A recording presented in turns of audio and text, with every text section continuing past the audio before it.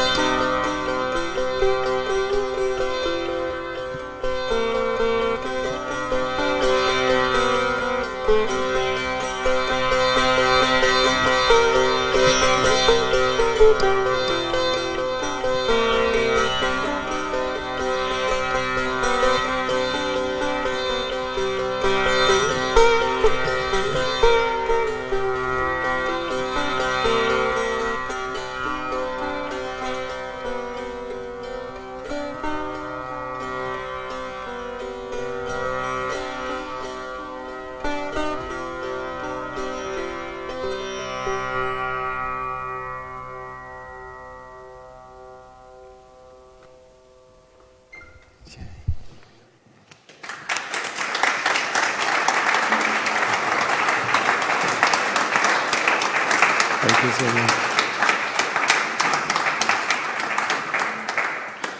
Yeah, it was about 10 years ago. I was on Bali for a holiday, meeting some US-American friends there. Actually, Jason, a meditation teacher.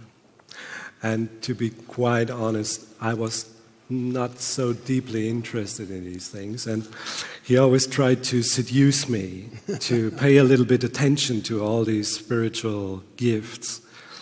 And I always was a bit like defensive maybe. And then he said, okay, if nothing helps, I have one book for you, and I have it even with you, and I give it to you as a gift. And somebody wrote this book with the name GESHE Michael Roach, and 10 years later you're sitting here. Welcome again, GESHE Michael, in Berlin.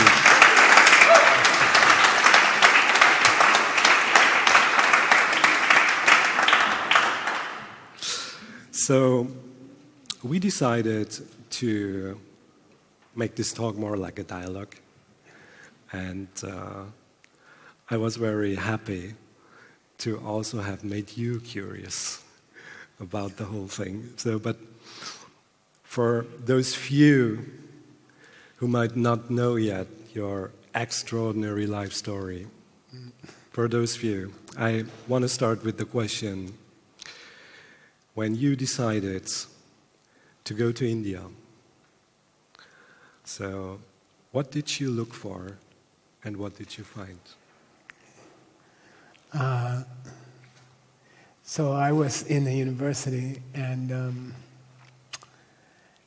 I was very happy, and I was being very successful. It was Princeton University, and I had just gone to the White House to get an award from the president, and I was feeling very confident about my life. And then I got a telephone call that my mother was dying, and she brought us up. And I was very shaken, and I was actually pretty strong in the church, and I was going to be a priest, and I was already accepted to the seminary, and I just couldn't find the answers that I was looking for. And so one day I met an Indian friend, a young student, classmate, and he said, what you need to know, you cannot learn in the university. You have to go to India.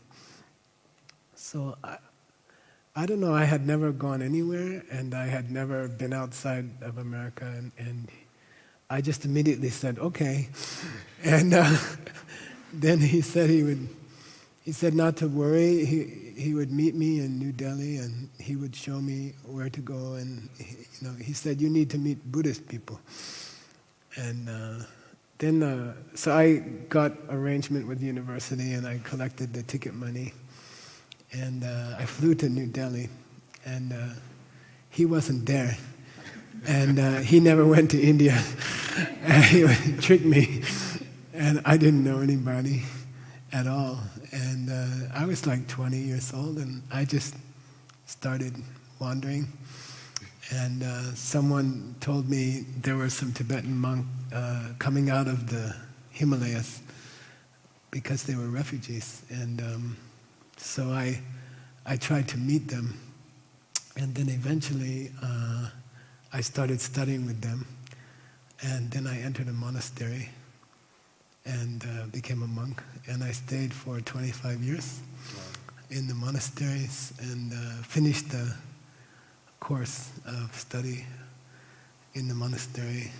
And then at the end of that, after the final examinations, my Lama encouraged me to go to New York and start a business to see if I could use that knowledge in the real world. And I was against the idea, and I didn't want to go, but and we played this game. You're not supposed to say no to the Lama. So I just didn't go, And then finally one day he gave a very beautiful teaching. And I was overcome with emotion, and I said, I'll do anything you ask me to do. He said, go to New York tomorrow. And so I went to New York, and we started a small business. 3 people, we started a small business. And he told me it had to be in diamond business. And then I used the principles they taught me, which are mostly compassion and helping other people, sharing. And that became the largest diamond jewelry company in the world. It reached $250 million a year. And in 2009, we sold it to Warren Buffett. And then I just people started asking me, how did you do that? Sure. And so I wrote a book. And then now my friends and I, we go around the world and just share that with people. So, and I found, as far as my mom, she died a few years later, but I brought her to India before she died, and she studied with the lamas, and she spent several months learning how to enter the bardo and what to do in the bardo, and she met the Dalai Lama and had some time with him, and they trained her how to go on. And that was very beautiful. So I sort of was able to find what I was looking for, like that. Wow. So, what was your maybe most comparing before and after, your most surprising discovery? No one ever asked me that. And there's a tradition in the monastery that we don't talk about our personal practice much. And we don't talk about what's happened to us because, I don't know, it's just a tradition. But I was thinking about that question, and I would like to share something. Wow. Well, just one thing. And when I had been a few years in the monastery, it's a very demanding program, very tough program. And we meditate a lot, and we memorize a lot of books, and we do debating with each other. And all day and into the night, we work really hard. And one day, and we also serve our teacher. So that's part of the program, that we have to learn to serve. And I was making my teacher some tea. And they drink about 15 cups a day or 20 cups a day, salt tea, butter tea. And I was standing at the stove, and I was waiting for the water to boil. And then suddenly, because I had been working so hard, I realized that the pot on the stove was coming out of my own mind, and I just saw it for like a half hour, and I was just stunned. So we say that you have karmas in your mind according to how you've treated other people. So maybe you've, I don't know, shared a pot with someone before. And when you did it, you saw your own motions and you heard your own words, and that makes an impression on your mind. And then that becomes a seed in the subconscious. And then maybe a month later or 6 months later, you are standing at the stove watching this pot, and then suddenly you realize that it's coming out of a karma in your mind. And you see the process. If you're working really hard, if you're meditating really hard and studying really hard and serving people. And then I just went we had a temple, and there was nobody in it at that moment. And I sat down and meditated, and then I had some extraordinary experiences. And one that I remember maybe is the most beautiful is that today we saw the faces in the exhibit here, exhibition, and there's a kind of meditation where if you go very deep and if something good happens, you transcend space. So you start to see faces, like 1, 2, 3, and then they start to speed up, and your mind is capable, if you really meditate, your mind can open to see all the faces of the people in this world. In a few minutes, they're just going like this, and then you start to see faces of people in other worlds. That, there must be other worlds, and you start to see them, just flashing like this, and you have this intense feeling of love for them. And that's just a little part of that experience, and it was a very beautiful experience. Oh, yeah. Yeah. Oh, yeah. First of all, thank you for sharing. Yeah. It's a privilege that you shared that with us. And so, when you say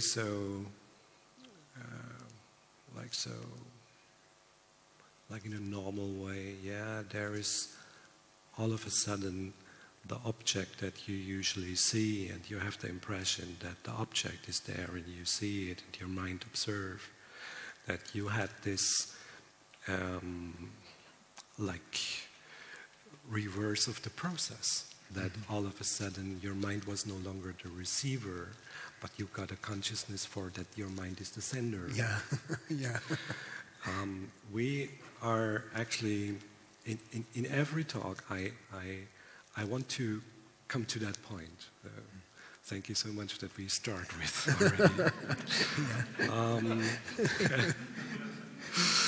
already. Because to me, very interestingly, I just recently, not so long time ago, started to go into quantum physics. And I have the privilege that I know some of the greatest scientists of today that tried hard to explain me, and I have to say it was hard to get. But actually, it seems like that what we learn in quantum physics is exactly what you are describing.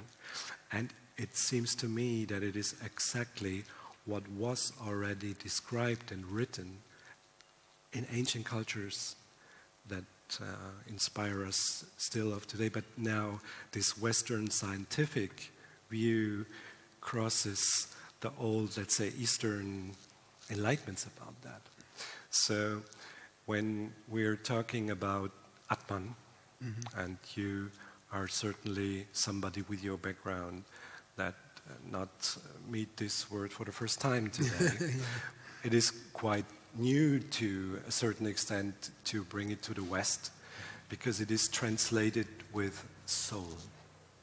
And in a way, I know where this translation comes from, but I think we have to go deeper into that translation, because to me, as we learned in our discussion before that we share this also, we see the concept of Atman on the one hand, and we see the concept of basically Christian-driven concept of soul here in the West, and we see the concept of an Atman that Buddha brought up.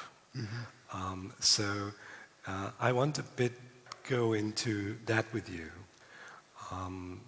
even knowing that we will touch ground of the unspeakable, and so many cultures try to express these experiences in poetry, in writings, and even in music, whatever. So let's try our best to go into it. You mentioned before that you wish that we discuss the term soul of this Western Christian-driven meaning and the term Atman. So what does both terms mean to you?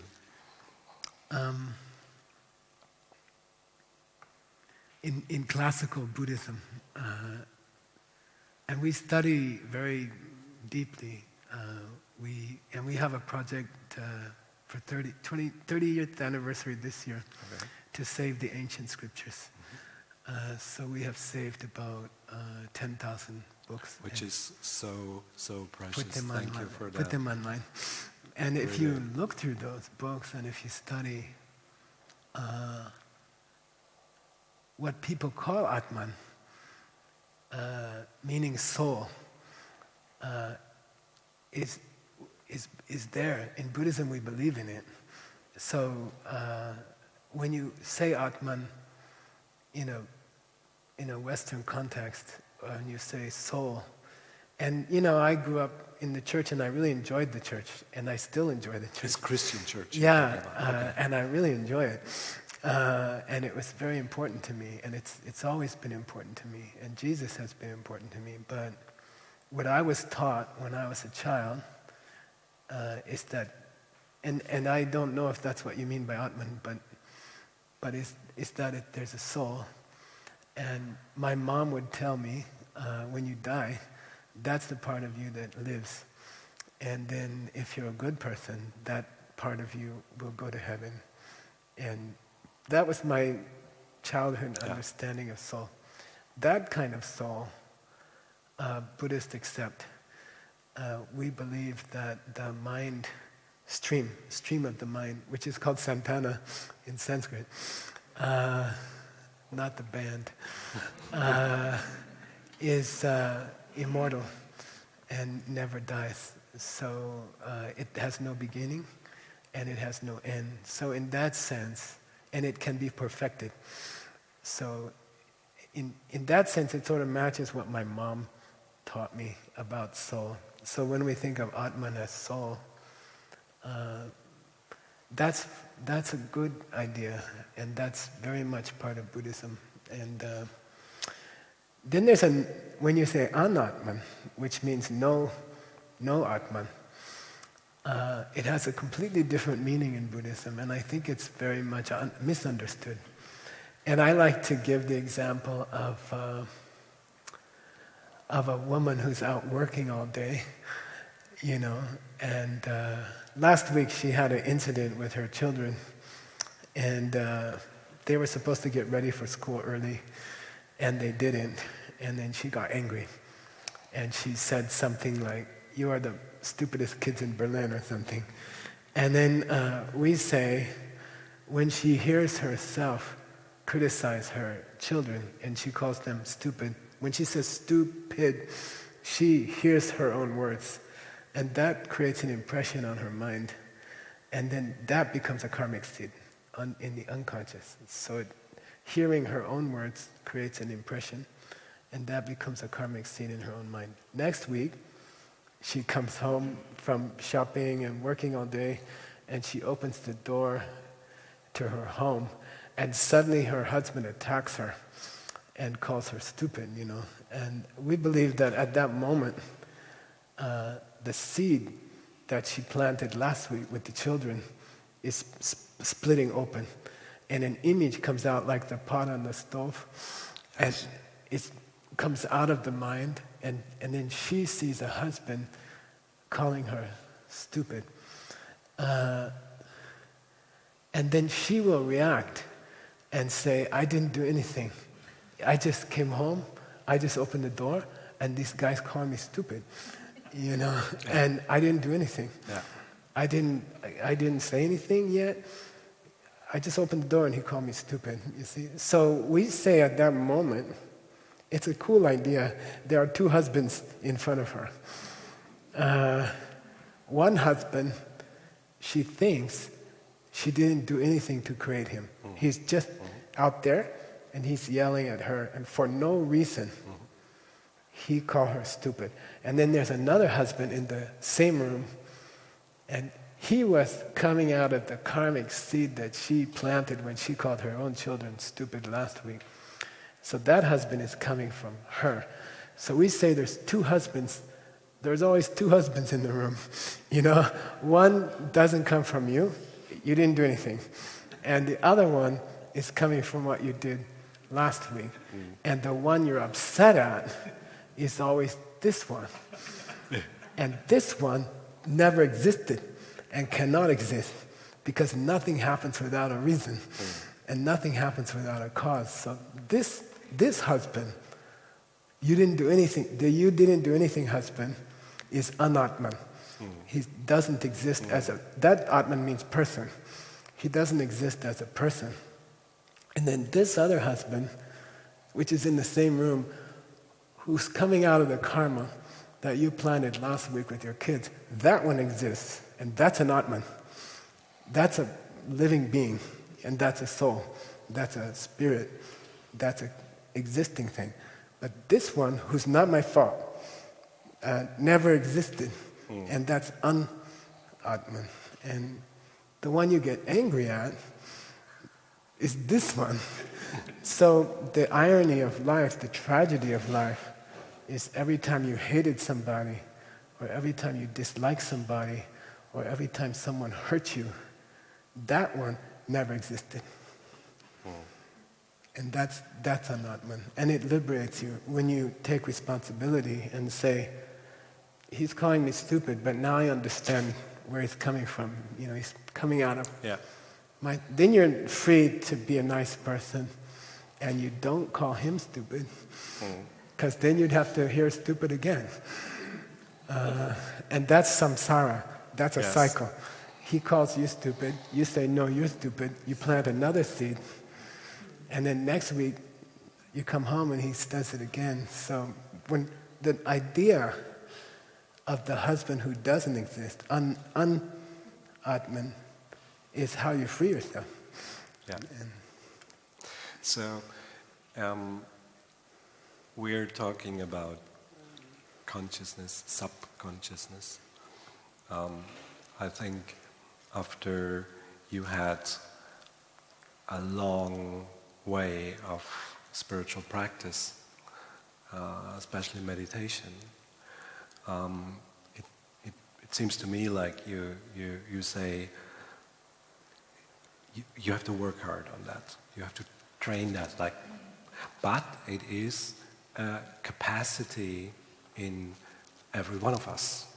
So, what would you consider in this world where we are facing tremendous challenges out of this material illusion and this material focus and this big misunderstanding between the soul, the Atman, and the ego, myself, that the ego, myself, create us the illusion that all there is material.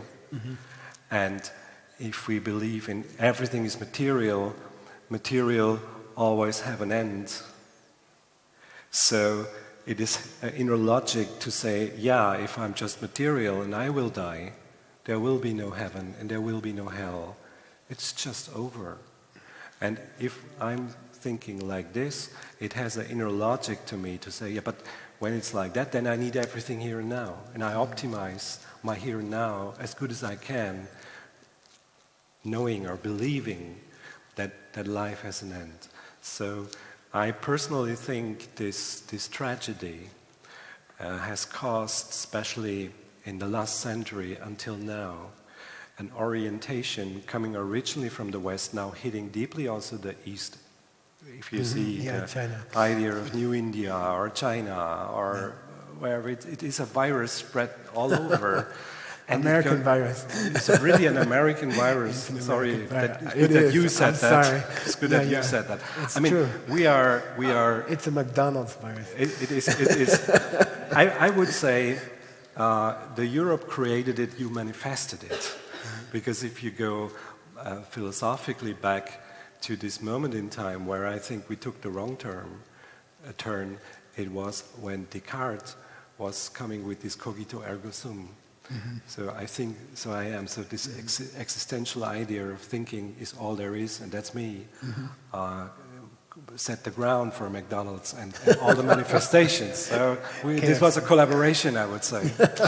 But my question to you is, if from a spiritual point of view, I was through my last 4 years traveling through Asia and digging into these old Eastern philosophies and also practices, I was always trying to discuss this phenomenon with all these masters. And I said to them, okay, I mean, you see that we are wrong as a global society. Let's do something against that. Let's help us to awake or whatever. And there was quite a lot of them who denied that, who said, no, this is the way nature is. And if we are on that track, it is also for a reason. So we do not want to intervene. What is your perspective on that? Should we let it go? And should we let it happen, what happens? Or is it also our responsibility as a human, at least, to do our very best also to inspire others to reflect that and have a higher consciousness? The way the Buddha did it is people don't know too much about it, but historically in the scriptures, he said we should start from teaching people how to be successful materially. We should start from that point because most people can only relate to that. So it's not a modern problem. It's always been that way, that people can relate to money and things. So Buddha said, when you start teaching someone, you start at the bottom and you teach them how to be successful in a material way. And for many years I didn't understand why my Lama sent me to New York and why he forced me to do this business. And I was very much against it and I was angry. But you have to do it, the Lama says. And I only did it because he said to do it. And I didn't understand it and I was actually angry. And I said, well, in my mind, I'm like, why are you making me do this thing? It took years for me to get out of it, and now you're asking me to do it again. And he said, and Buddha said, that to convince people that goodness is correct, you have to start with material things. So you teach them to give material things as a way of getting material things. So actually, the success of our business was based on the success of our charity, helping the Tibetans save their literature. So we say that when you share what you have, like if I want money, there are 4 classical steps in the scriptures. The first one is I have to decide what I want. Then at the lowest level, just to teach people that it works, the principle, you say, you can make money. And they say, yeah, teach me, and you say, okay, number 1, these are the 4 ways to plant a karma. They're called Shi, Sampa, Joa, Tarto in the scriptures. So Shi means, decide what you want. And then the lowest level is money. And then second step is find another person who wants it. Identify a person who wants money, or material things. And then the third step is to give up 1 hour a week of your own time to provide it to them and to make sure they get it, And then those 3 steps plant a karma in your mind. And that seed in your mind doubles every 24 hours. So if I help you make $100, then within 3 days, if that seed opens, I will see $800 come to me, you see. And we doubled our sales every 18 months for 19 years, and it works. Those 3 plant a karma. And then there's a secret that people don't know about. The 4th step. The first 3 plant a karma. If I share with you or I give to you, I plant the karma. And then the problem is that karmic seed can stay, because it's a potential, it's neither mental nor physical. It can reside, it can live in your mind for 100 years and not open. If it always opened within one day, the whole world would know, and the whole world would be sharing everything they have automatically. Or if you kill the animal and suddenly a big cut opened up in your face, you wouldn't ask me about vegetarianism. Yes. If you cut the animal's throat and suddenly you have a big gash on your own throat within the next hour, everyone would be moral, you see. But karma takes time to ripen. So there's a fourth step, which is it's a meditation that you do before you go to bed. And we're encouraged to not do meditation posture. We're encouraged to go like that on our bed and just think about how we help this other person. And when you think about how nice it was that you did a good karma for someone else, it feeds the karma, and it will go fast. It will open faster. It will open within a month or a few weeks. And then suddenly you have, our company, imagine trying to hire double the people every 18 months. You're already at 5,000 people.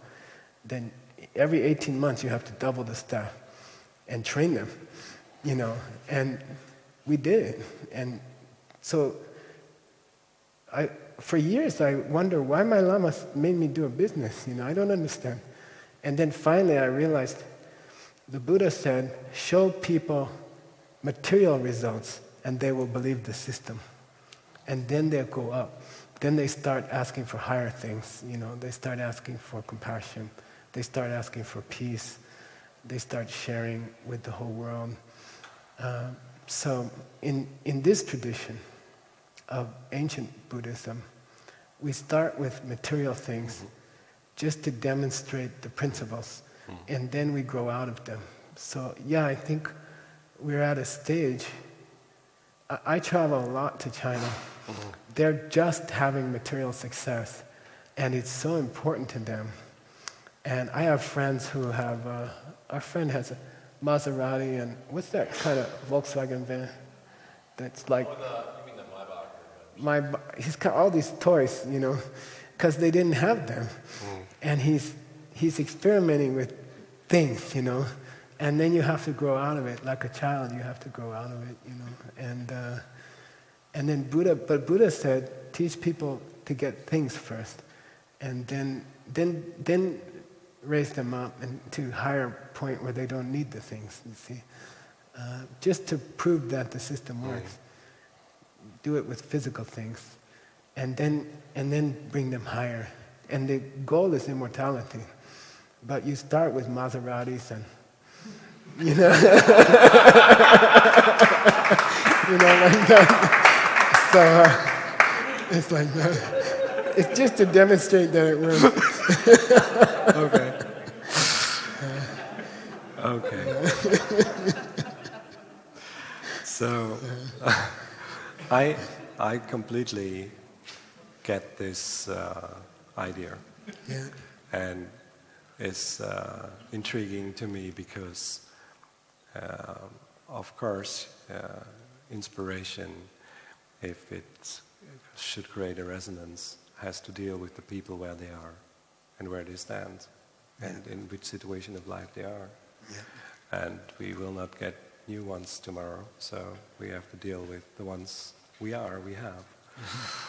So, but what would you say if somebody would say to you, amazing that based on these principles you can have economical success, but there is other people not using these principles also have economical success. And obviously, as far as I know, those corporates that I know from inside, you better should go there one day. Because I don't know, I'm not sure if they ever have heard of it so far. Yeah. We can change that, but it will change. We will change that. Okay. Yeah. But so far, they have tremendous success. They have good balance sheets, and actually it is based on the opposite. Yeah. It is based on competition. It is based on separation. It is based on greed. And to me, in a very tragical way, they are quite successful with that. And actually, even in universities, we are training, the McKinsey world is training, how to deal with competition and how to be better than the other and faster and blah, blah, blah, blah, blah. So what would you say? Why is that obviously, as a result, being successful, there can be two completely, even contradictory philosophies to go there? Yeah, it's a good question. I'm writing a book with a Chinese businessman. We just met in, where were we? Munich, Frankfurt. We met for 3 days and worked on it, on this trip. And the subtitle is The Death of Global Competition. Okay. It relates, I think, to a question I got in Ukraine. Okay. And somebody asked me, this system sounds noble, and it sounds logical, and I wish it was true, that those who share more will get more, like Jesus said. You know, it sounds good. The mechanism that you describe with the impressions, and it actually makes sense, but there's this problem. And he said, here in the Ukraine, there's one highway in Ukraine. It's the largest country by landmass in Europe, right? There's one highway. It goes from the airport to the town, Kiev. And I asked, because I went out to do a program in the countryside, and we had to drive across cow pastures to get there. And I'm like, what's going on? Where's the highways? They said, people steal the money. The government steals the money, you know? And I'm like, wow. And they said, that's our problem with your system, because people who want a highway contract will bribe someone in the government. Sure. They'll give them a kickback, and then they will get a contract, and then they get wealthy. So your system, I wish it was true, because then the world would be just. The universe would have a justice to it. And I wish it was like that, because it would be so easier to deal with life. But you have people who give a bribe, and then they make a lot of money. They're actually stealing not from one person, they're stealing from everyone in the country. You know, if stealing is a bad seed, then those guys are making, I don't know, there's 50 million people in Ukraine, they're making 50 million bad seeds.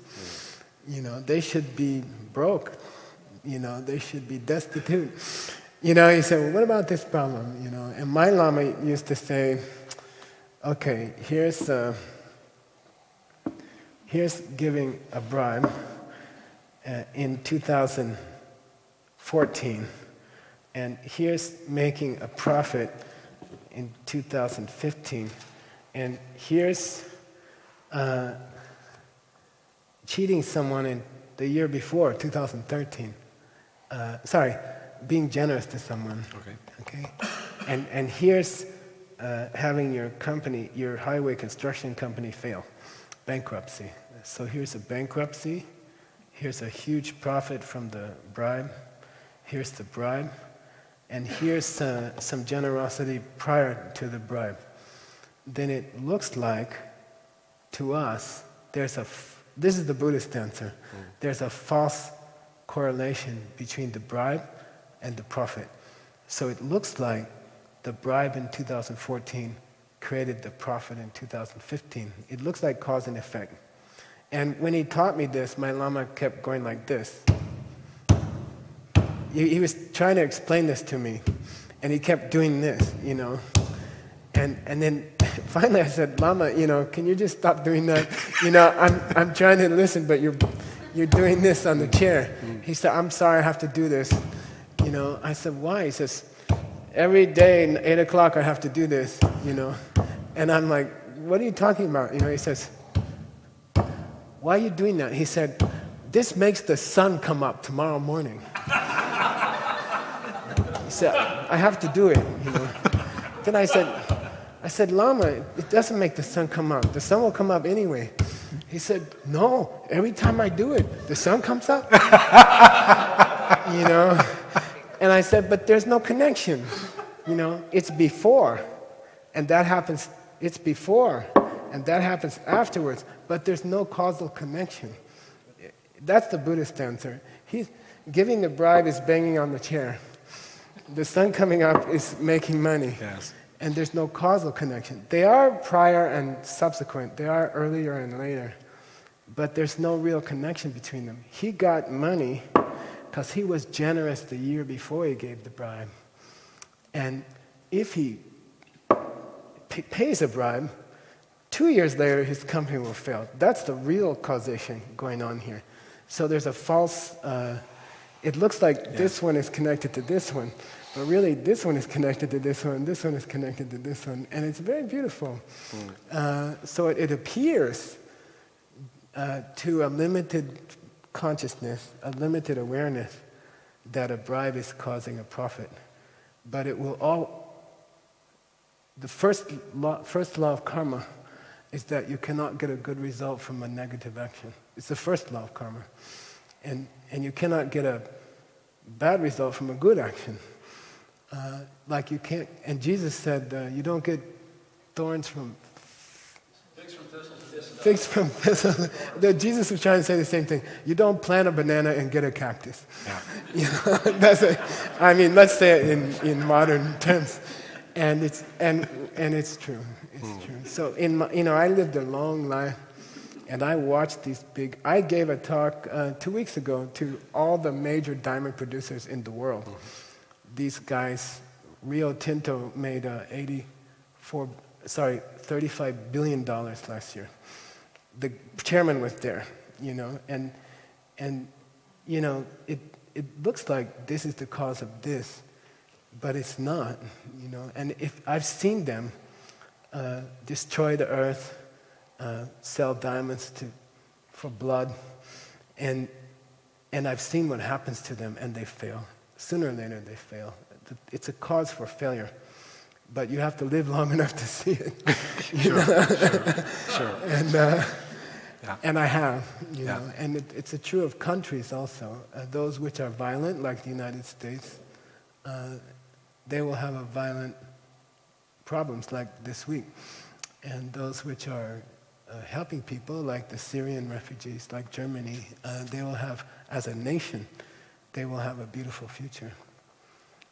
And that's cause and effect. That's real cause and effect. There's an apparent cause and effect, which is an Atman. Yes. You see what I mean? Yes. It doesn't exist. Yes. That connection that's what Buddhists call an Atman. It appears that the husband, it appears that he's yelling at you for no reason. And it appears that the bride is causing the profit. But this is Maya. This is illusion. And it's un-Atman. It doesn't really exist. And it's a cool thing. So, observing this, even getting this, as you say, you should not judge in the first moment if you see something happening. Yeah. It needs a deeper reflection. Maybe it needs also time. And maybe it needs also somehow, let's call it first round, a certain sensitivity. Because what appears to me is that in a time where most of the human are so mind-driven, the mind is always trying to categorize and archive whatever happens very quickly. I had, on Saturday, I had the most famous German neuroscientist on stage. And we discussed it, and he said, you know, neuroscience found out that our brain is very lazy. And actually thinking cost our body system energy. And heavily thinking costs a lot of energy, actually. Yeah. And so the brain, in its trickiness and smartness, tried to avoid that. Yeah. And so they found out, for example, that more than 50% of all our action comes through habit. Mm. It is not reflected. If a situation seems similar, we're doing the same thing. Our brain does not have to get overactive. So the more routine we build, the more difficult it is to rearrange settings or give another perspective or angle on a situation. So would you consider that the many kinds of but basic idea of meditation should be something everyone should, in a way, practice? Should we teach that to our children? Should this be something we teach the children in school? Yeah.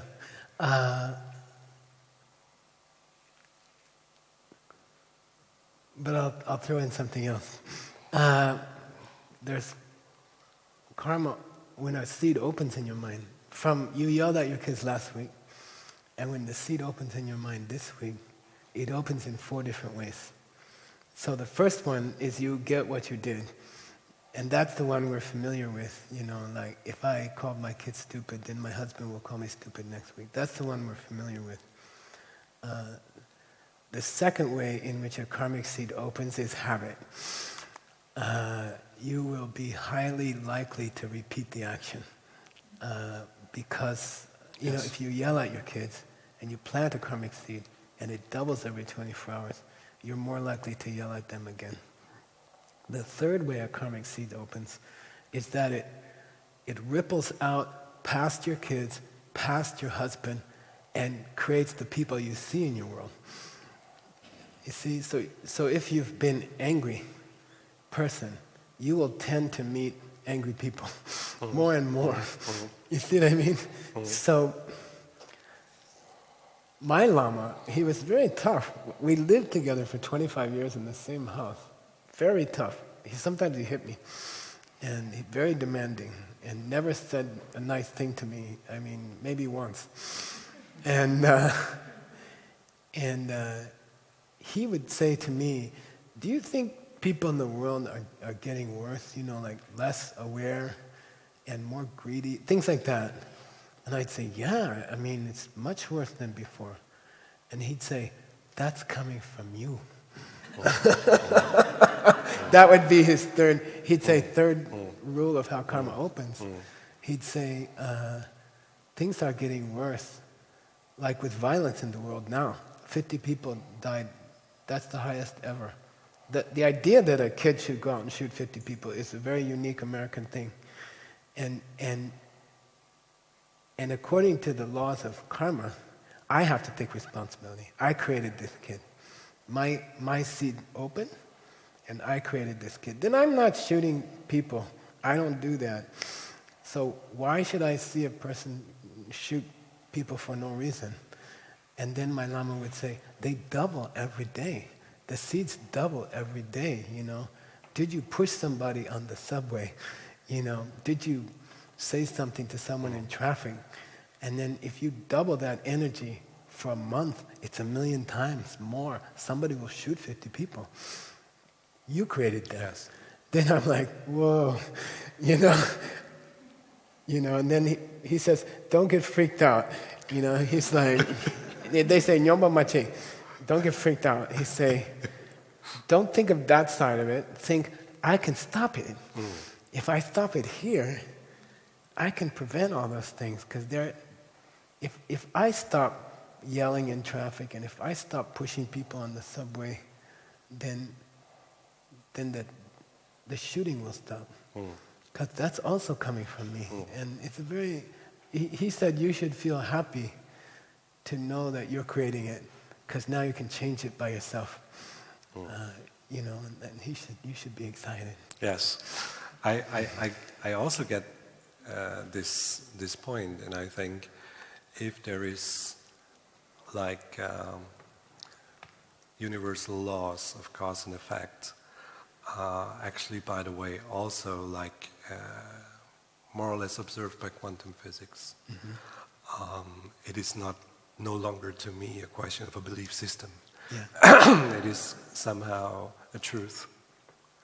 Maybe for many people hard to accept, maybe for many people hard to get. Because what it would need, so I guess you're telling this to thousands of people every year. Yeah, I guess. We see 20,000 people every year. So. And we spoke at the physics department in Princeton. So. And it was very interesting. I guess so. Yeah. I guess so. I guess so. For both sides, I would hope. Yeah. So you're spreading the message actually to many people, and what I take out of that is everything what happened, if you follow consequently through, is a matter of what kind of decisions you are taking. Yeah. So the starting point for any change or any reflection and understanding is that I have to consciously take with my proper will a decision. And that is the good news from the Lama, saying to you, hey, don't be sad about the past because you have not been conscious of, but now you are. Yeah. You can take a decision, and from this moment on, you can change it. You can change it. So this is, by the way, also, so hopefully that nobody get me wrong, this thing with the habits is a disaster and a chance in the same time. Yeah. It's the same thing. Yeah. Because first of all, the bad news is, okay, more than 50% of our action happen unconsciously. In the first round, this sounds like a bad news. The good news in that is, if we are able as a, let's say, human system to structure habits, the good news is that 50% of our action will also be taken subconsciously without any effort for us to take. As long this, what you call seed, and I think is a brilliant picture of that, as long as you are the gardener planting that seed, and in the best way consciously. So I think here in this audience, and I would guess in many audiences you meet, there is intelligent people, I would suppose. Very intelligent tonight. So. Question is if we are lowering the average or... but it's another question. So obviously there are smart people getting this message, and I think they are logically able to understand it because it's rather simple. But to get consequently into this decision, and you hear Geshe Michael telling so poetically and simple about it that everyone can say, if it's that simple, I can do immediately. They have somehow to trust you that your theory is right. They have to make their own experiences, but how can you make an experience if you doubt already the system and you don't consciously go into it? So again, I repeat my question from before. I think if someone is at a level consciously to get this and say, from now on, I think about what I'm doing because it has a chain reaction to my life and to the world I'm creating. This initial point where this switch goes from A to B, this is the point I'm targeting also with my work. So what could we do? How can we inspire? What is the most convincing argument to the people if they, for example, would argue with you and say, Geshe, you know, yesterday what happened? I was very, very good to somebody. I trusted him. I borrowed him money. I did everything he asked me for. By the way, felt good afterwards. But now he disappeared. He was a liar, a cheater. Yeah. He was not there in Delhi waiting at the airport. Yeah. It's so disappointing. Actually, this cannot be true. I'm stupid to do that. I won't repeat that again. I'm not the stupid one in the world. Yeah. So what would you give us as, let's say, a courage to trust into that? Yeah, good. I think there's 3 or 4 answers. One is, what do you call it? Testimonials. You know, you collect enough people who used it, who can stand up and say, you know, I tried these 4 steps to plant a seed, and I got this result. I'm looking at Maria. She's married to Peter, who's over there. He came to me, I don't know, 3 or 4 years ago, and he works with me for a long time, and he said, "You're very nice, but I need a wife." And I said, "Well, don't ask me stupid questions, just plant one." You know, plant the seed in your mind. Use the 4 steps, you know, like, I want a wife. Look for someone who's lonely. Help them for 1 hour a week. Before you go to bed, think about what a nice thing you're doing. And then a wife will come out of your seeds. You created. Yeah. And he did it. She's there. And she's a supermodel, a Russian supermodel. Wow. You know. And they asked me, they're vice president of our company, they're like, they're with me, he's with me 13 years. And he said, "Geshe, you know, we're always traveling, and you do a lot of things for free, and we're not making enough money to buy a house. We want to buy a house. And we want to pay cash. We don't want to pay a mortgage. We're tired of paying rent, you know." What do we do? I'm like, just use the, use the 4 steps. Yeah, I want to buy a house, pay cash. You know, then find someone else who needs shelter. Help 1 hour a week, help them get their shelter. And then when you go home at night, put water on the karma by being happy about what you did in a non-pride way, you know. And they got their house like when, last year? Year and a half. They paid cash, you know. So that's one way you can have testimonials. Yes. You know. A second way, you can encourage people to try a small experiment. You know, like that's what we do in a business seminar or something. We'll say, just go home and try a small thing, like I want a promotion within the next 6 months, or one famous example, I want my husband to wash the dishes. You know, don't listen, okay? Vivid, don't listen. You know, do a small experiment to confirm these steps, and that's why my Lama sent me to New York. The third answer to the question my Lama gave me was that if you don't find a system that works, you will continue to suffer. And life will continue to hurt you. And sooner or later, you'll be desperate and you will try. So you have those 3 choices, you know, accept a testimonial, do a small experiment to confirm it for yourself, or just don't do anything. And life will inspire you to try later, because life gets worse and worse. You know, that was his answer. I'm like, oh, thanks, you know. But it's true. He said, the reason you're not doing a small experiment with something that seems to make sense is that you're not hurting enough yet. And life will hurt you. So you can wait if you want. And, you know, learn the 4 steps, write them down, keep it in your pocket, and then when life hurts you enough, use it, you see. So that would be his answer. Okay. Yeah. You know, there is a very famous German, we call him a genius 250 years ago, called Goethe. And I think he was, in his way, also pretty much into these topics, and he was writing about it in his way.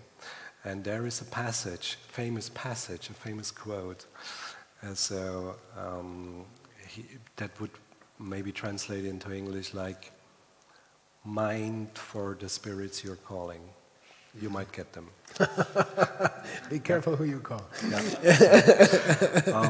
Like Faust. So if I follow this basic principle you're describing, and so I guess everyone here in the room has something to wish for, to hope for.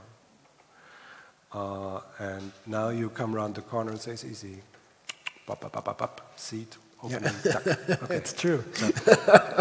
That is, I think, a very, very positive message you're giving. Yeah. Again, relating back to the talk on Saturday I had with the neuroscientist, and I know many of you also attended, and I just repeat for those who didn't. Gerald Hüther is a very long and very close friend of mine, and he is, his work is about potential and unfolding potential. And he is writing books like Why Are We Not What We Could Be? Or so he says there is a capacity in every one of us who that makes it possible to unfold our highest potential, and then we can more or less achieve everything. And I think in a certain way this matches pretty much, at least as regarding the phenomenon. Mm-hmm. And when we were discussing, Gerald and me, I said to him, you know, if I'm thinking back in history of people that really unfolded, but really to a full extent their potential, there is not only really cool heroes come to my mind. Say again? There is not only heroes come to my mind. Okay, yeah. Especially in the German history, I think we had last century a guy who absolutely unfolded his potential to a maximum. Mm-hmm. And at least in the beginning, he was really, really successful with that. That's why I say, how can we as a human win a feeling for this, what we wish for? Because this maya, this illusion, this kind of irritation, confusion in our life might also lead us to things that we wish for, but as we cannot think through the real consequence as the cause and the effect later, this principle of karma is working in actually any direction. Mm-hmm. So this seed you are talking about, yes, can contain a positive spirit, something, mm-hmm. But if the law is true, and it has to be universally, so what about planting a bad seed and doing the mm-hmm. same principle? Yeah. Does it work? Yeah. If you ignore lonely people, you will never find a partner. And if you refuse to share what you have with others, you will lose what you have. And yeah, same with negative seeds. The same principles work with negative seeds. So if this is the case, then it needs, next to the strong wish for something, also maybe something that we could call an ethic. Yeah, there's a famous example of the guy who wanted to be the best weapons dealer in town, you know, and and he asked the Lama, you know, how do I increase my business, you know, and so yeah, there's a caveat, there's an exception in the rules which says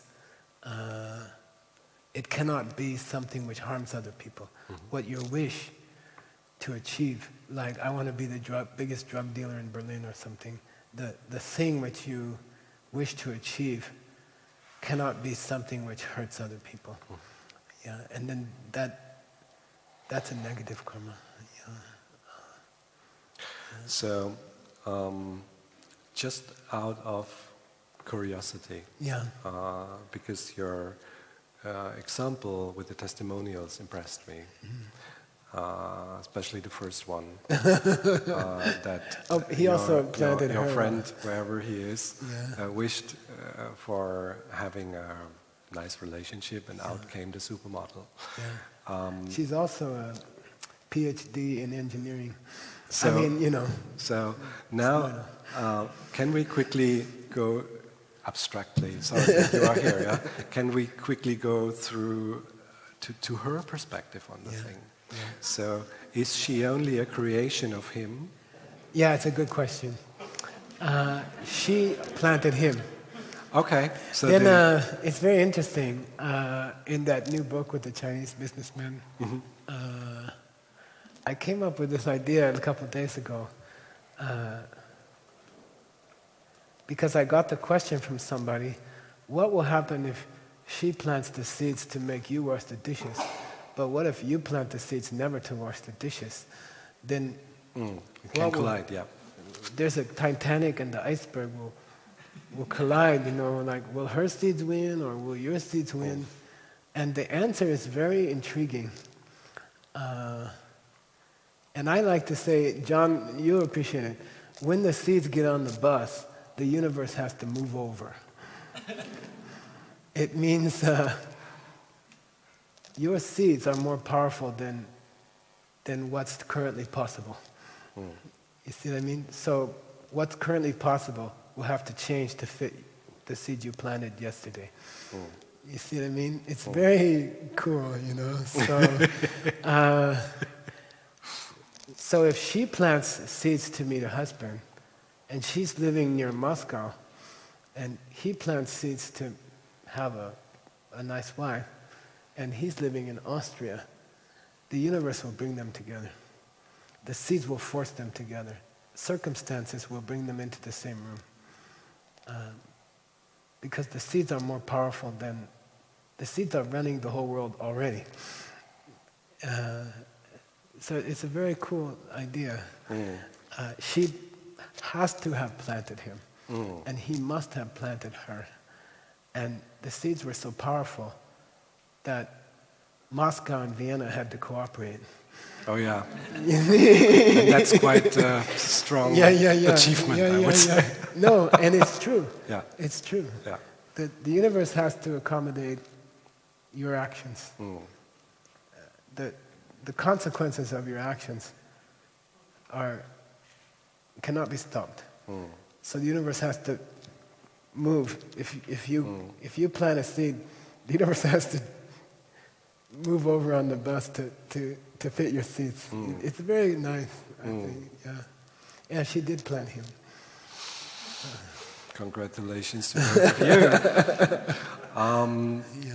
you. Let me come back to this idea of soul. Can I ask you about? Yeah, please. I'm going to ask. Do. Yeah, I'm curious. Yes, please. So I didn't know about the Atman project, or this, you know, and I started to hear about it, and I was curious. And if you don't mind, why you chose the word Atman, and does it mean soul to you, or how? Why did you choose it, and what does it mean to you? Actually, I was falling over this term in Indonesia about 2 years ago, where in a discussion of some spiritual things, I heard this word Atman, which is originally coming from Sanskrit, and in the Indonesian language, the Sanskrit is somehow like the Latin is for German. So you have a strong influence from some terms that the Veda brought also to Indonesia. And we talked about this phenomenon of these pictures, why they are attracting people so much and cause so emotional feedback. And somebody mentioned Atman, and it actually resonated to me, it sounded to me, so I asked wait, what was that? Atman, what does it mean? Please translate to me. And then actually Vivid translated me. She says, yeah, it's something like soul.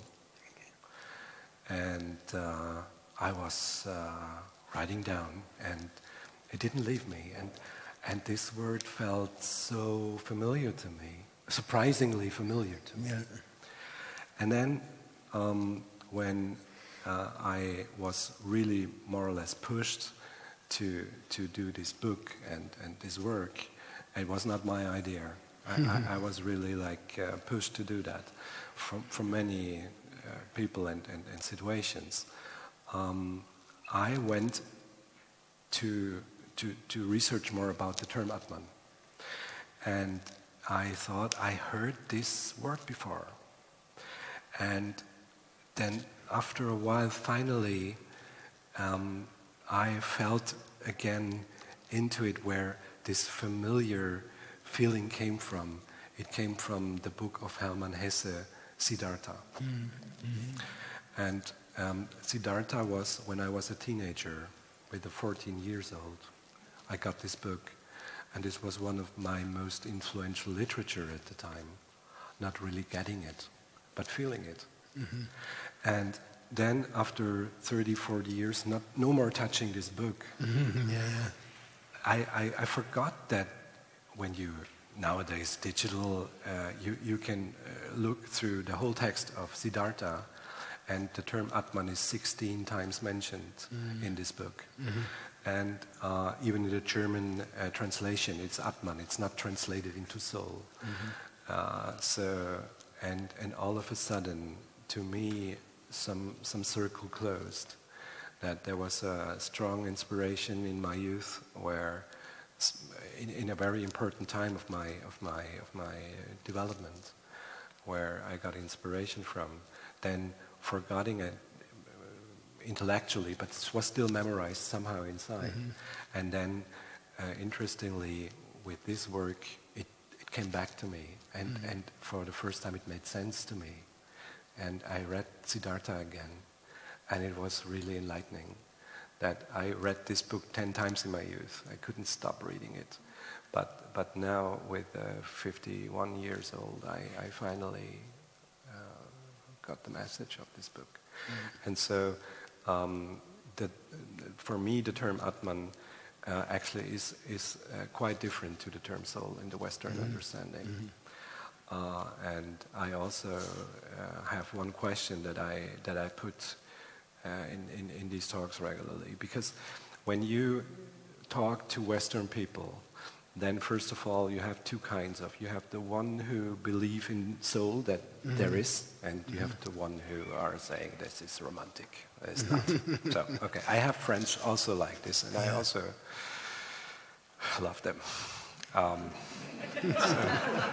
So it's not a criteria for me.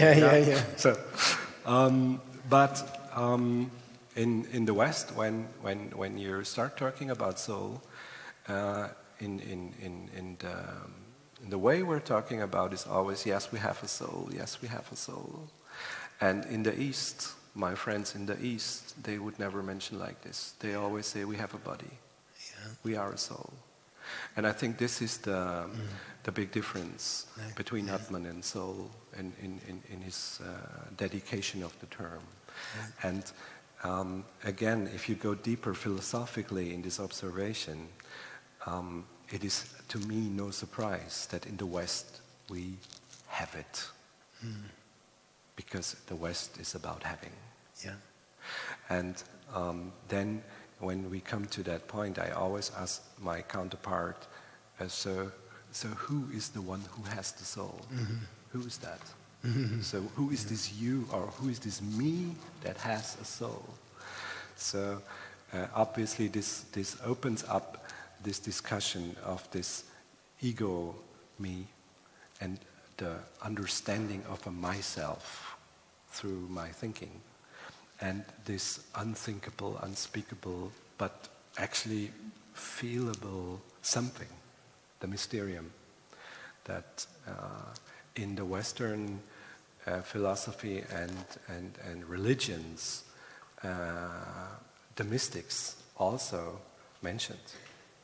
So the mystics always, also the Sufis from Islam, they mention this term soul in a different way than religiously is treated. So, and for me, this feeling about our true existence, the true self, because literally word by word, if you translate Atman, it's the true self. So it is about self and it's about truth. And here again we have two very unsharp terms. Is there a real ultimate truth, or is there just a reality, or do you have a truth and I have a truth, or this is an endless philosophical debate. But to me, why this work is called Atman is that if you encounter another through a photograph, and all of a sudden this material presentation starts getting alive somehow, because you start feeling something about an object. But what you feel, and people describe a lot what they get from these objects. And sometimes even people say, yeah, this grandmother spoke to me and gave me even a message. Then I would suppose it's not the grandmother that spoke to this person. And it has nothing to do with the material physical object, but it is an inner dialogue. And I liked very much in the beginning when you described after your meditation that you visualize faces. And I maybe think I know what you mean, because these kind of visualizations I had too, and they are very three-dimensional and they're very lively, and it is really sometimes you might even feel you can grab them. They're so there. And so I think, coming back to your question, the term Atman as a concept seemed to me for this phenomenon much more relevant than the term soul in this Western context and interpretation. I had the pleasure to go through the exhibit before this talk, and I was wondering, you're leading us through the thing without speaking, and then I was supposed to be watching the faces, but sometimes I was watching you, and and I was curious, how have those faces affected you, and does it change each time you see it? Actually, again, thank you so much for what you also shared with us before, because now you give me the chance to relate this a little bit, what you said before. So what you said is, actually, for most of the people on a level of a certain consciousness, we are thinking that there is outside of us an object, and this object is separate from us, and we just see that and we judge that, and it has a form, a color, a taste, whatever. And what you described with your teapot experience, which I think is a fundamental experience, is that all of a sudden you had this feeling that you reversed this direction. That all of a sudden there was not a teapot coming through your eyes in your brain, you say a teapot, wonderful.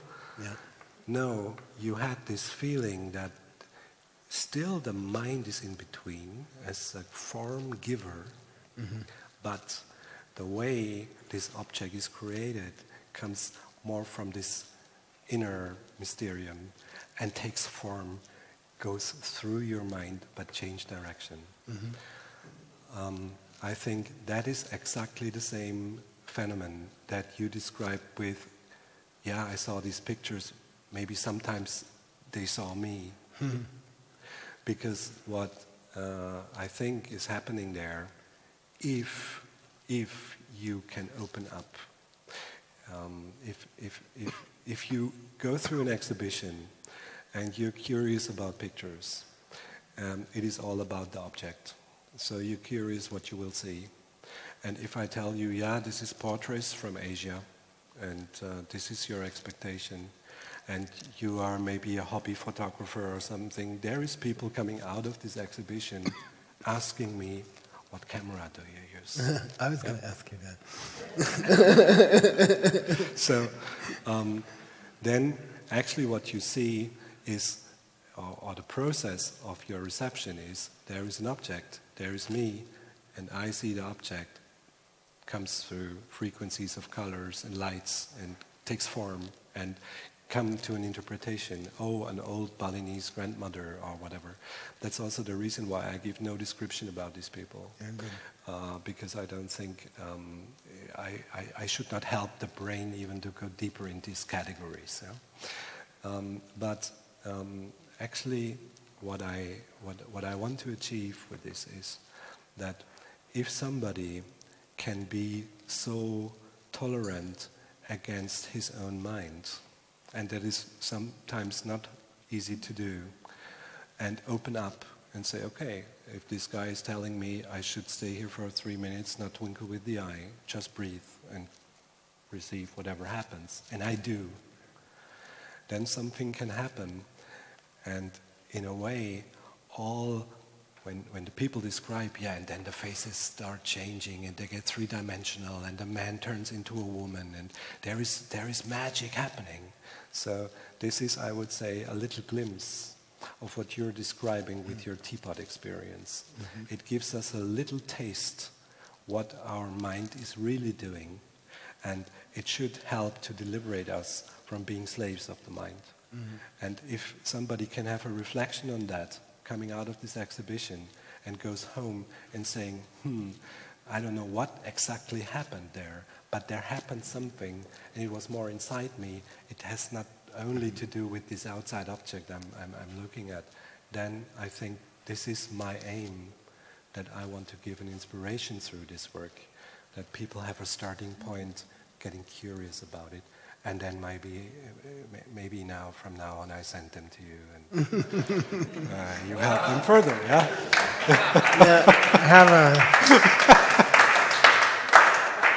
I have another question. People often ask me, and it's asked in 2,500 years of Buddhist history, you know,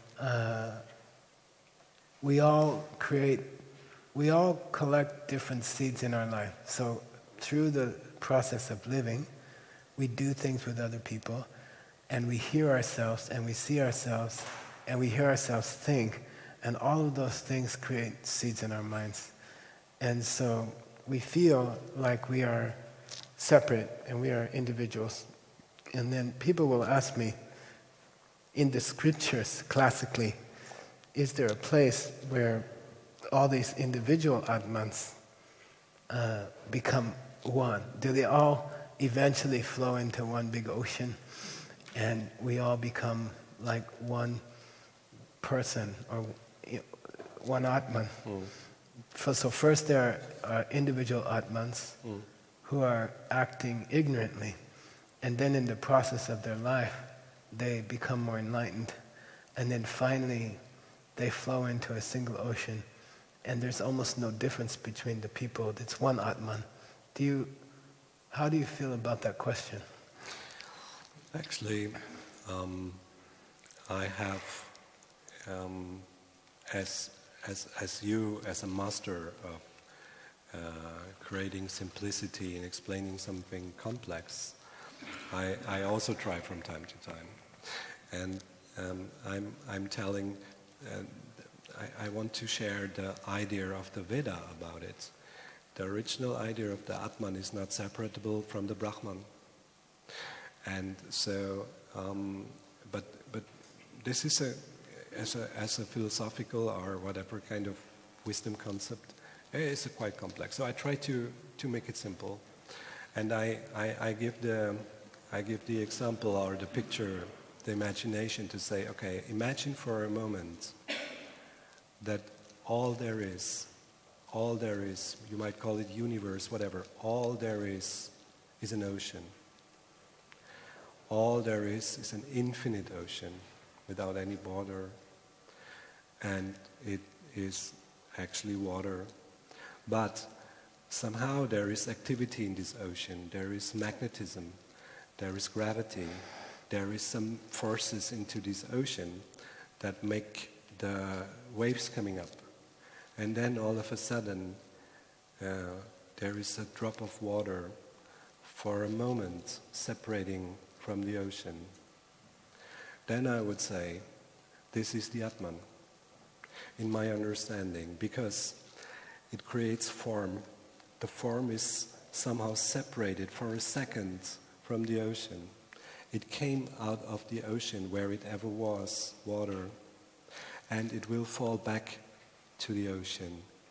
So it will not disappear. That's why this illusion of time and ending dissolves in a way. Because I believe that I exist. I believe that I exist somehow like a symphony of frequencies, in a way a composition. And I think this is my eternal core.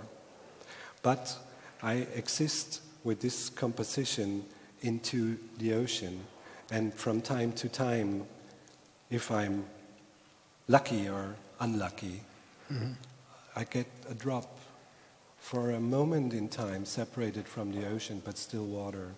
And when I go back to this ocean, I will be part of the ocean again, and you will never get the same drop back again out of the ocean. That is also a bit the difference from the soul concept to the Atman concept and the Brahman concept, because the soul concept more or less gives us the hope that maybe we as a person survive death. So the loving couples that are so in love and so romantic, they say our love will last over our death. And so we have to make a signal or some code or saying that our soul, when we meet in heaven again, that we realize ourselves something. Yeah. So this is stuck into the believing or thinking that we are a person. I believe that we exist. I believe in the so-called individuality of the Atman that is in the same way collective and not separable and never separated. Only this moment in time where the form gets a drop and seems to be separate from the ocean but still is water, came from the ocean, will go back from the ocean, is ocean. Gives us this illusion of separateness.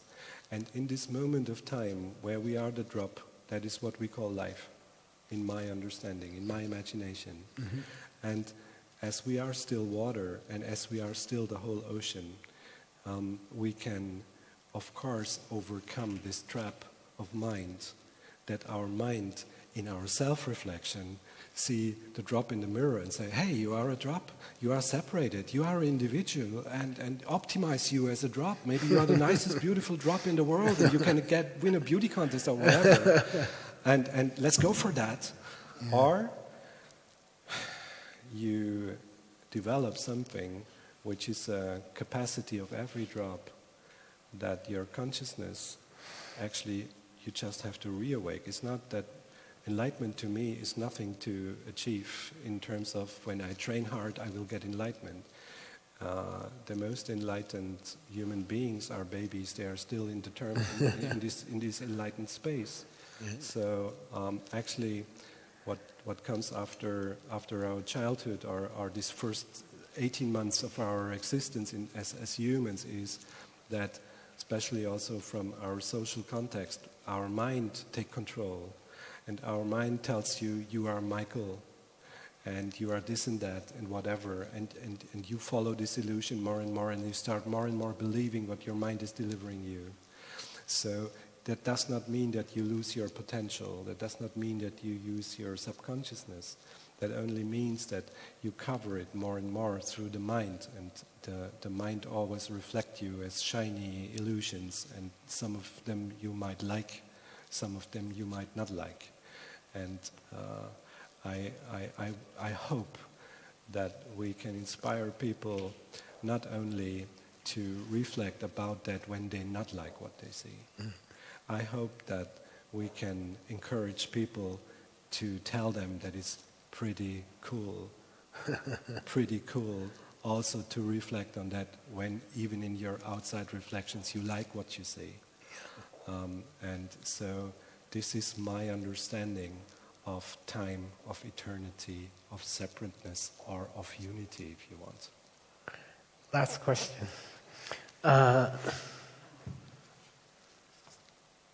There's a human drive to direct other people's thinking. You see what I mean?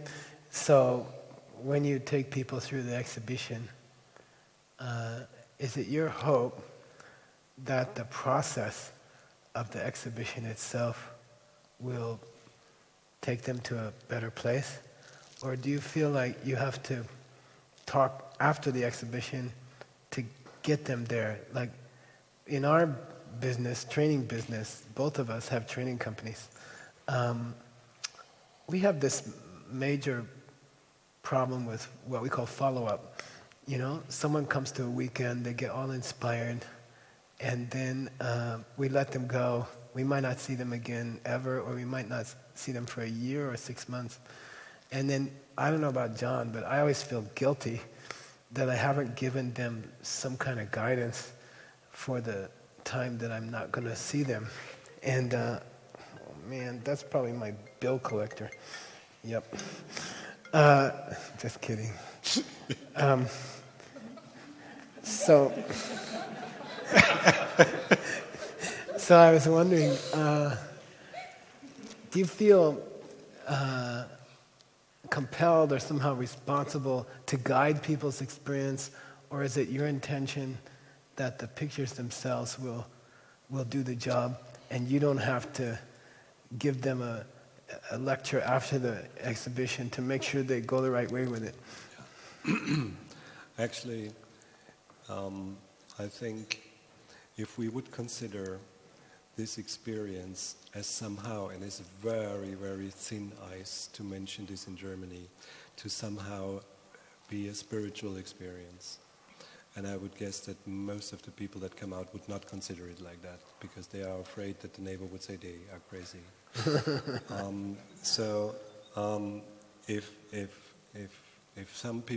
If people want to go in a way on a spiritual journey, and it comes out of a desire or for desperation or of whatever motive it is, I experienced in my journey in the last 4 years so deeply incredible things that I would not have believed if somebody would have told me before. And it is not only this kind of funny firework you see in the sky. It unfolds your inner, whatever it's your inner, and there is light and there is darkness. And I like this term of Sanskrit, of the old Indian way to accompany people, which is guru. Because gu means darkness, ru means light. So the one who accompanies you on this journey from darkness to light. So I believe that, yes, we should accompany people. I believe that in the first round, without a deep inspiration, without an experience that breaks up this kind of prison the mind is in, you cannot offer more. So this is kind of a first step. And what I'm trying here to do, and that is also why I'm so privileged that you followed my invitation, is that I say, okay, people, if you start getting curious, if you have questions, I will invite people who have dealt with that for a long time and have experienced what you might to experience in your future if you're curious. But I always recommend, for most of the people, I think it's not a good idea to go on a solo trip and not being accompanied by experienced people. That can be very dangerous also. And so yes, there is an inherent responsibility for people like us when we are trying to inspire people, and we really achieve the goal and break up this wall, then we have to be there when there is questions. And I'm about writing a book where I will share my journey. That does not mean somebody has to copy, because cannot. I started from a certain starting point, and everyone have a different starting point. But I can only say I was very privileged to have had grateful and very compassionate masters that I met that took me by the hand, that that explained me in many ways, and I was so privileged to have that. And so what I try to do is make an offer. I don't want to push people. I think we just can be an inspiration, and then if somebody is more interested, they have to come back and tell us this. When I say us, then you are also part of this, because I think the people now know you in this context. They know that you have answers for them. So I try to collect a few people that I personally know and I love, and I'm convinced that there are no fake people, real people. And I can only encourage you. I personally have to share with you that my feeling about you is that you are a very true person. And so I can strongly recommend by my heart, if somebody will ask me, is there people that can inspire me further or whatever, I will in the future definitely mention your name. Okay. So, and this gives me the chance to deeply say thank you. Thank you, Michael. Thank you for coming. Thank you for sharing so much with us. Thank you for inviting me. Yeah. Thank you.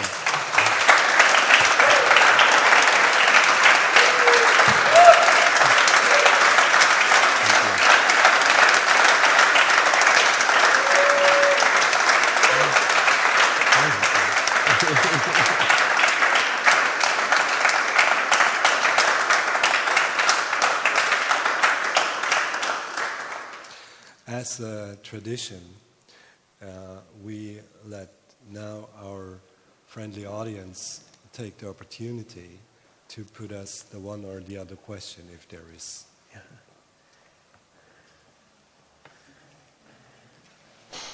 Please. I have a question about you mentioned. Okay, hello. You mentioned the 4 ways how the karma seeds opens, and I can't remember the 4th one. Yeah, I did. You're really good. No one asked me that. So I asked you about the 4th way. So not to confuse the 2 fourths, there's 4 steps to plant a seed successfully. Just to quickly say, decide what you want. Select someone in your life who wants something similar. Help them for 1 hour a week. And then those 3 plant a seed, and that seed may not open for a long time. By the way, they may not open for hundreds of years. And nothing can destroy them. So if they don't find the correct watering, they will just sit in your mind indefinitely, and they will outlive your body. So your body, it's very common that people do a lot of actions in their life. The actions they do create seeds. Those seeds double every 24 hours in the subconscious. So by the time their body falls apart, there's a big debit card. I mean, there's a big bunch of seeds in your mind.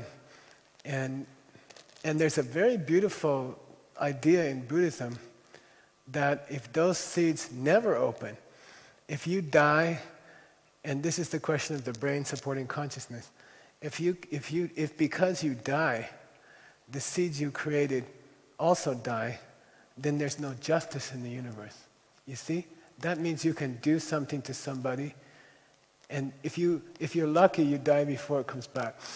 And then somehow Newton's third law is broken. There should be an equal and opposite reaction. You see what I mean? So the Buddha said, Newton's third law, that anything you do has to come back to you, is more powerful than your body.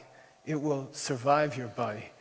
So the fourth way a karma opens is that if necessary, it will open after the death of your body. And that's a cool idea. And you know, because if you can do something to somebody and not get a reaction because you died first, the universe would not have justice. Yeah. And that justice is more important than you. And it's very interesting. So a seed cannot be destroyed, and in time it must open, whether you're alive or not. If it has to open after you die, you will live again. And that's the fourth way karma opens. It's a very cool idea. If it doesn't open, and you can just die to get out of it, then the rule that there should be a justice to the world is broken. So if you have any seeds left over before you die, which everybody does, they must open, and you must. That's why we say your consciousness, or in one sense, Atman, your mind stream, Santana, is infinite, and even after you become perfected, you will live forever. And it's just a question of time, how long it takes you to get perfected. But either way, you will live forever. Your Atman will continue forever. Yeah. So nice question. Thank you. I'm very proud that you caught it. Yeah, cool. Okay, more questions. As much as I deeply appreciate the combination between this material wealth aspect and the creation of consciousness, and hearing all the giggling about the Maseratis everywhere in the world, I still have a question, as our mundane world we're living on is finite. What would be your direction if somebody is still in this greedy mode and approaches you, because there is not enough material resources for Maseratis for every one of us? Yeah, good question. I call it, it's a chapter in the new book. It says the world is not a pizza. And what pizza means to me, because it's on my mind today. He promised to take me out for pizza at 12 Apostles later. And Jonathan. Johan. So we have this mindset that we feel like the world, the resources in the world are limited, and that there's 8 pieces, slices of pizza to a pizza, and all economic systems up to now have been based on how do you divide the pizza. The assumption is that there's only so many resources in the world. And then, American system would be, fight over the slices. You pull, I pull, and we fight over the slices. And maybe Pepsi-Cola gets more slices than Coca-Cola. That's the American capitalism. And then there's socialism, let's split, you get 4, I get 4, or there's different ideas. All economic systems boil down to there's a limited pizza, it has so many slices, and how do we divide it among us? Do we compete for those pieces? Or, in this system, it's a very, very interesting thing. If I give another person a slice, my slice of pizza, if I decide to give it to you, if I do the 4 steps, I want more pizza. So I have to find a person who likes pizza. This is a different system. And then I have to give them the pizza, number 3. And then when I go home, I have to have 2 things I enjoy. One is, Bernd's face was so happy when he got the pizza, and I'm supposed to play that movie in my mind again and again. And I'm supposed to fall asleep with that because your mind opens like a flower when you're asleep. That's a fourth consciousness or something. Then I'm also supposed to be happy that I'm using a new system to create pizza for myself. Because in this system, if the seed I created by giving Bernd one of my slices, if this system is correct, and if the seed opens 2 days from now, I get half a pizza from somebody else. You see? And 4 more slices are created in the world now. But what you have to appreciate about this system is those 4 new slices were not taken from anyone. They didn't come from anyone's pizza. They're coming out of my mind. There's an extra half a pizza in the world that wasn't there 2 days ago. You see? So instead of resources being limited, in this theory of economics, by sharing, the pizza becomes bigger. And it's a revolutionary idea. Resources will be found where resources weren't there before. And I always tell people the story, in 2000 year, my Lama said, okay, I had all these students and I was really enjoying being, semi-famous in New York. And he said, it's time for you to do a 3-year silent retreat. And I'm like, but I'm semi-famous, I can't stop now. And he said, I'm the Lama, do a 3-year retreat. And I did. I went into a single room and I spent 3 years in the room, And when you go in, and people hand you food under the door, you don't see anybody. For 3 years, 3 months, 3 days. This is the tradition. So, you can't keep anything. So I gave away all my business suits, and I gave away my computer, And then I stayed there for 3 years. I just meditated. And then when I got out, I asked, I think Elizabeth is here, no? Or she went to Holland. My secretary is here. She's been my secretary for 25 years. And when I came out, I said, I need a laptop, Can you get me, you need to get me a laptop. And she got me a laptop. And I opened it up and I said, this is weird. This thing is weird. And she said, what's wrong with it? And I said, we don't have any more money? Did we lose all our money? She said, no, we have lots of money. I'm like, well, why'd you get me a laptop without a disk drive? Where's the floppy disk drive? And she says, well, they don't have floppy disk drives anymore. And I'm like, well, how am I going to send any emails to people? You have to copy it to the floppy disk and take it to the post office and mail it to Russia. Or how am I going to communicate with people? You're just gypping me. You give me this cheap computer. She says, no, you just use the internet. And I'm like, what's the internet? She says, you type a message and you push a button and it goes up to a satellite and it goes to Maria in Moscow, and that's it. And I said, oh, sorry. I said, forget that.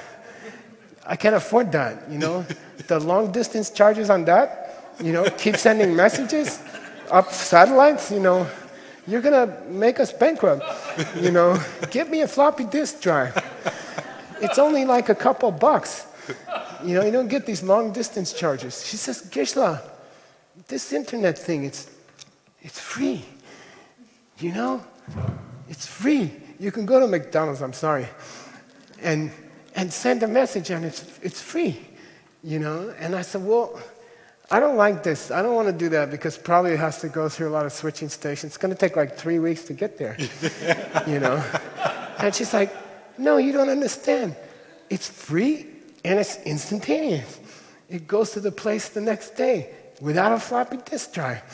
And I'm like, wow. Now, in my world, and I know this sounds weird to you, but it's true. In my world, keeping silence meaningfully for 3 years created the internet for me. You see? Yeah. You see?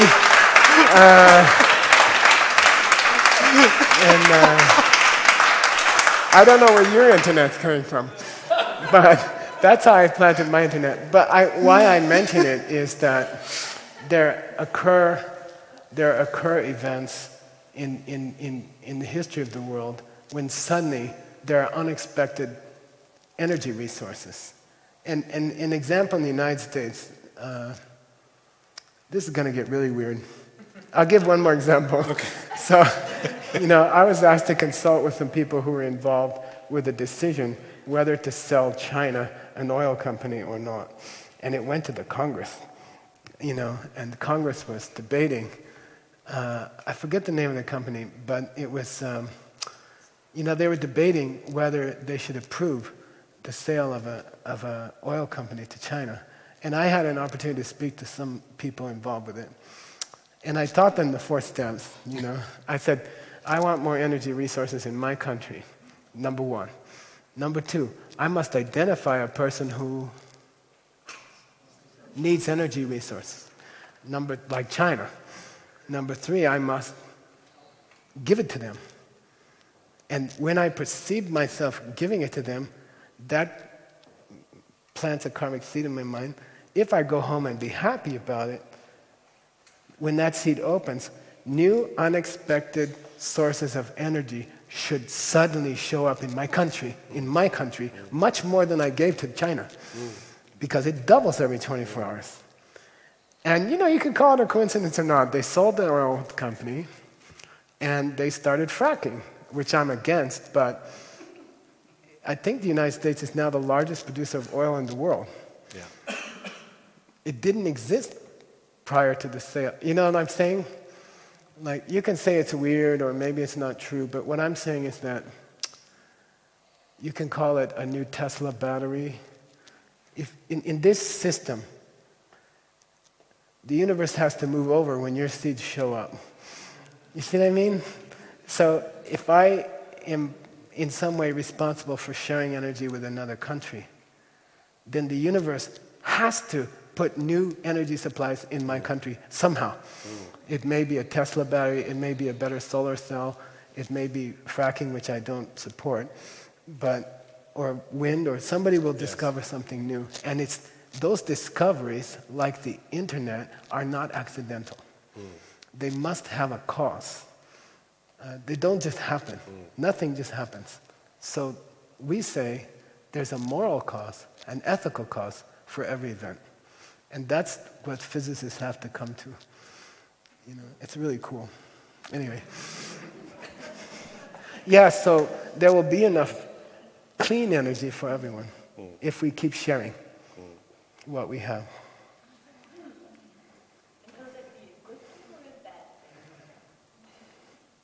That's a good question, okay? Will that energy create pollution? And this is a deep thing. This is a really deep thing, okay? The definition in Tibet of what is moral and what is immoral is extremely interesting. If you take an action and it creates a desirable result for you, that's moral. And if you take an action and it creates an undesirable result for you, that's the definition of wrong or immoral. So if I share energy in a kind and compassionate way, with true concern for the Chinese people's welfare, then the energy I get back, which will be 10 times more, will be clean, super clean. No undesirable effects. You see, it's very interesting. It's very interesting. What about what? What about fraction? What about... Oh, fracking. Yeah, that means I created a good karma by selling the oil company, and You want to know really? Somehow I hurt the people in the process. I hurt someone in the process. So that energy is not clean. The energy is dangerous. You see what I mean? So you can have we call Karnat Lende, Ashukla Krishna Yoginis Yor Trivida Mitresham. Where's Earl? What is that? What chapter? Yeah, what chapter? Yoga Sutra. 4th chapter. Sometimes you get mixed good karma and bad karma. So like if I share I have an apple and you're hungry and I cut the apple in half but I throw it at you. I will get energy supplies but they will be dirty. Somehow they will hurt me. You see what I mean? It will be mixed results. So when you use those steps, it has to be with a feeling of love. Otherwise, you get a contaminated result, like fracking. Can you do something about fracking now? Yeah. That gets into another set of 4, which we don't really have much time to talk about. But you can remove old bad seeds. There's a system for removing an old bad seed. So in this theory, the fracking is like the husband who calls you stupid. Okay? So there's 2 frackings. There's an Atman fracking and there's an ernannt fracking. There's a fracking which is not your fault. It's the big oil companies who hate people. And there's the fracking which is your fault, and that's because you hurt somebody in the past. Okay? So that fracking, which is anatman, it's the fault of the oil companies. I didn't do anything. It's like the husband who yelled at you and you believe you didn't do anything. You just opened the door and he called you stupid. Then in this system, you must have called someone stupid last week. And that's why, then that's the second husband is the one that you deserve. He's the husband you planted. He's the husband that's the result of something you did yourself. So if we want to stop fracking, I went to jail during Vietnam. I was put in prison. So I know about it.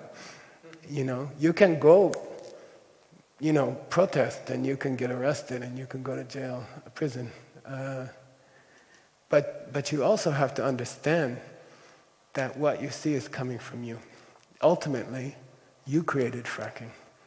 And ultimately, you have to clean it up by being more responsible with how you use your car. You see what I mean?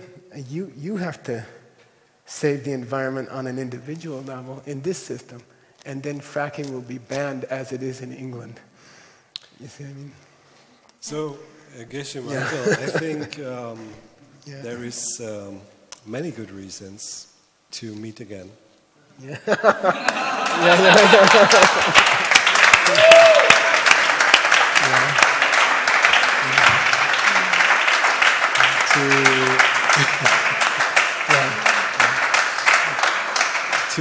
To deepen all that quite interesting discussion. We could only scratch the surface, but I think we did.